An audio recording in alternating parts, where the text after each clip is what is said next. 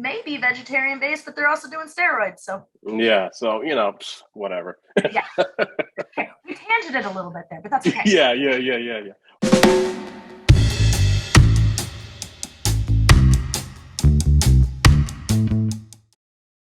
Welcome back to the channel. Thank you. Today we're going to talk about eating healthy on a budget. And so we have two main questions. With the rising price of food, recession about to hit us, gas prices going way up. Is it possible to eat healthy, meet your goals, your health and fitness goals, and how can we do that? And before we get into that, I would like to introduce you and let's talk about why you are a credible source to talk about this type of stuff. Okay. So, what are you? Okay. What am I? So I am a registered dietitian, which means I went to have a bachelor's degree in food and nutrition science, food service management. Did a supervised practice internship to be able to sit for my exam to get my credentials. So I have about 5 years of education in the food, nutrition, food service realm. And I've been doing this for about 14 years now and worked at the state hospital where I worked with folks in the Oregon Food Bank. So eating well, healthy per se on a budget is definitely in my background and experience, since a lot of the folks that I've worked with are on limited budgets. Right. So a lot of people have a confusion, really don't understand the difference between a dietitian and a nutritionist. There are a very significant difference between those two. Why would you send someone to a dietitian as opposed to a nutritionist? Couple reasons. A nutritionist is not really a recognized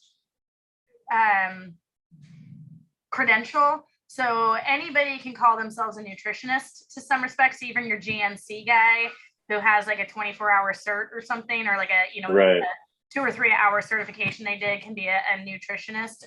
There are some great nutrition certifications out there that are well developed and intense.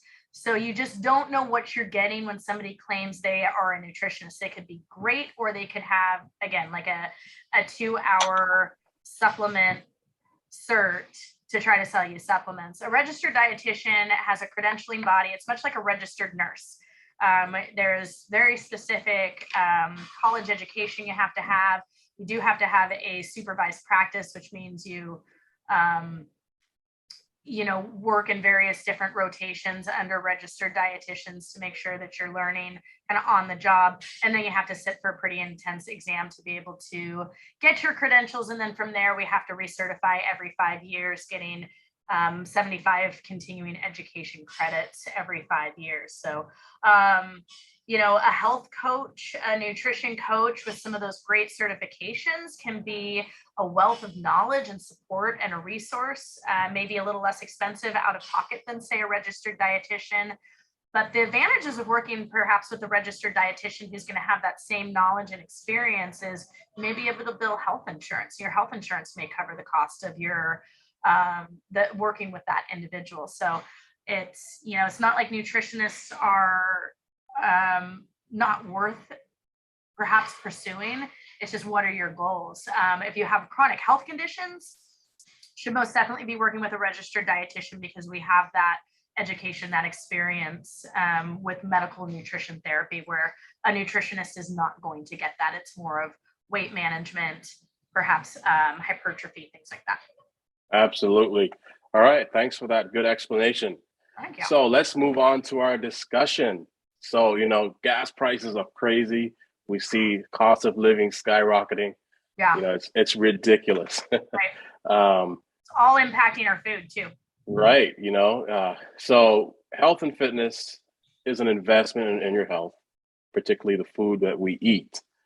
So is it possible to accomplish health and fitness goals on a budget? It is. Very much so. It just requires forethought planning. Like anything, I think anything when we're looking and talking about our health and our wellness, depending on our goals, it requires a little bit more time and effort.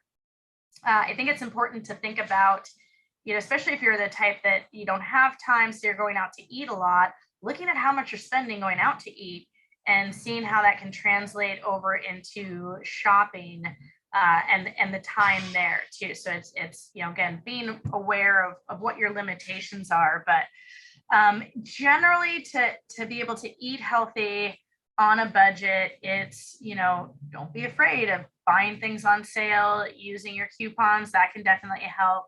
I think something that a lot of people tend to not realize is store brands are often the same as name brands. They just have a different label and you're not paying for the advertisement. So don't be afraid of saving the money on the store brands. They oftentimes taste the same. I think one thing that people seem to think is that they have to buy fresh fruits and vegetables in order to be healthy and get those fruits and vegetables in. And while some fruits and vegetables, fresh fruits and vegetables, are definitely a benefit to your diet, they are more costly. They are more likely to go bad if you don't use them. And now you've wasted money versus saving money. And frozen fruits and vegetables, canned fruits and vegetables are not only as nutritious, sometimes they actually are more nutrient dense because they haven't been sitting after being harvested for several days. They're usually canned or frozen right away. So their nutrition density, their micronutrients are still locked in and preserved, whereas fresh fruits and vegetables are actually losing those nutrients the longer they sit on the store shelf, the longer they sit on in your house. So looking at things like that is a great way to save money. The more you can make things from scratch and prepare them from their original form, the more you're going to save money. But again, that's a time finance balance. You may not have the time to make beans from scratch. That's fine. Canned beans, generic store brand canned beans, are a great way to incorporate healthy complex carbs, adding fiber, adding a vegetarian-based protein to your diet to up your protein without having to buy more expensive meats. And I know a lot of people are definitely, they eat meat.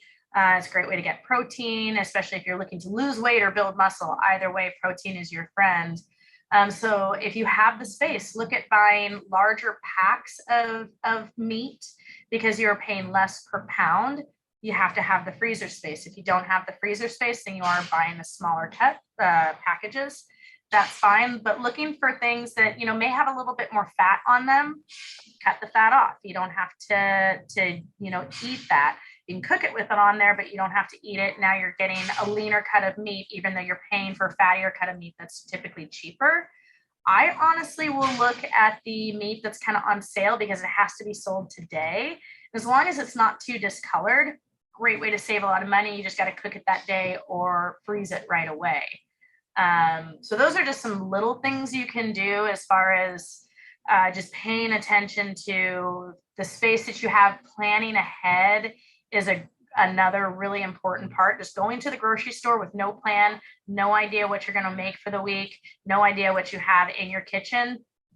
Oftentimes we buy things we don't need, wasting money, and then things go bad. So always coming to the store with a plan, knowing what you need, thinking about what you're going to make for the week is a great way to save money and stay on budget.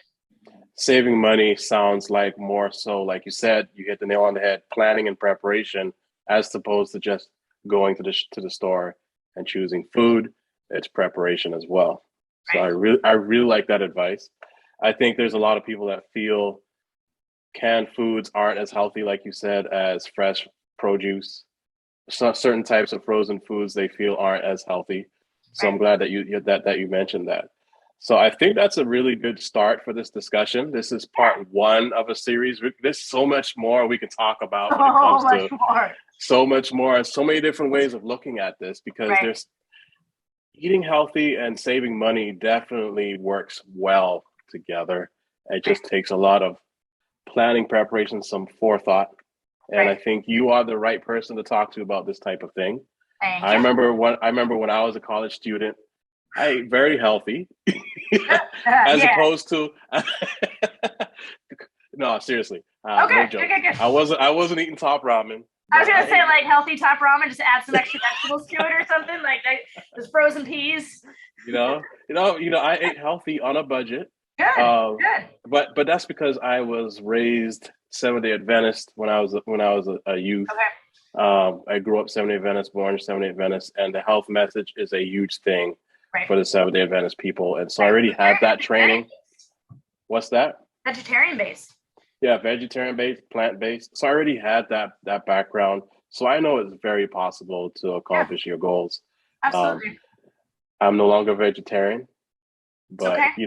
I do value it. And Yeah, one of these absolutely. days, I will probably be a vegetarian again. Yeah. Eating plant-based can actually save a lot of money. Meat is expensive. Yes. And we can get our protein needs in and our health goals, meet our health goals by eating more plant-based. And it is something that I encourage folks to do, is to incorporate more plant-based proteins in their diet, through a variety of ways. Some are a little bit more expensive, like a chickpea pasta. But it is a great way. I mean, if that is within your budget, it is a great way of getting more protein in, getting more fiber in, and Absolutely. and embracing more of that plant-based. I see all diet. pros. I see no cons. I see all pros getting that fiber, those carbs. Yeah. Oh yeah. Protein. Carbs. Absolutely. Oh yeah. And things like eggs can be a great source, depending on your viewpoint as a vegetarian. Technically, lacto-ovo can be a vegetarian. Eggs are a great protein source. Egg whites are still relatively inexpensive as well, depending on where you go. So picking the right store too is an important, I think, piece of the shopping on a budget. So if you can bag your own place, you save a lot of money by bagging your own stuff, because they're not paying for the people. Absolutely. The old debate that you couldn't gain muscle on the plant-based diets, that's died down. It is. Yeah. Oh, yeah. No, I know plenty of vegans who are absolutely ripped. I mean, are they going to be like Mr. Olympia bodybuilder? Probably not. But Mr. Olympia bodybuilder is eating maybe vegetarian based, but they're also doing steroids. So yeah. So whatever. Yeah. Okay. We tangented a little bit there, but that's okay. Yeah. Well, that's it for today. Yeah. Until next time, we are going to talk more about this, and we look forward to seeing y'all again. See you later. Thanks, Gerard.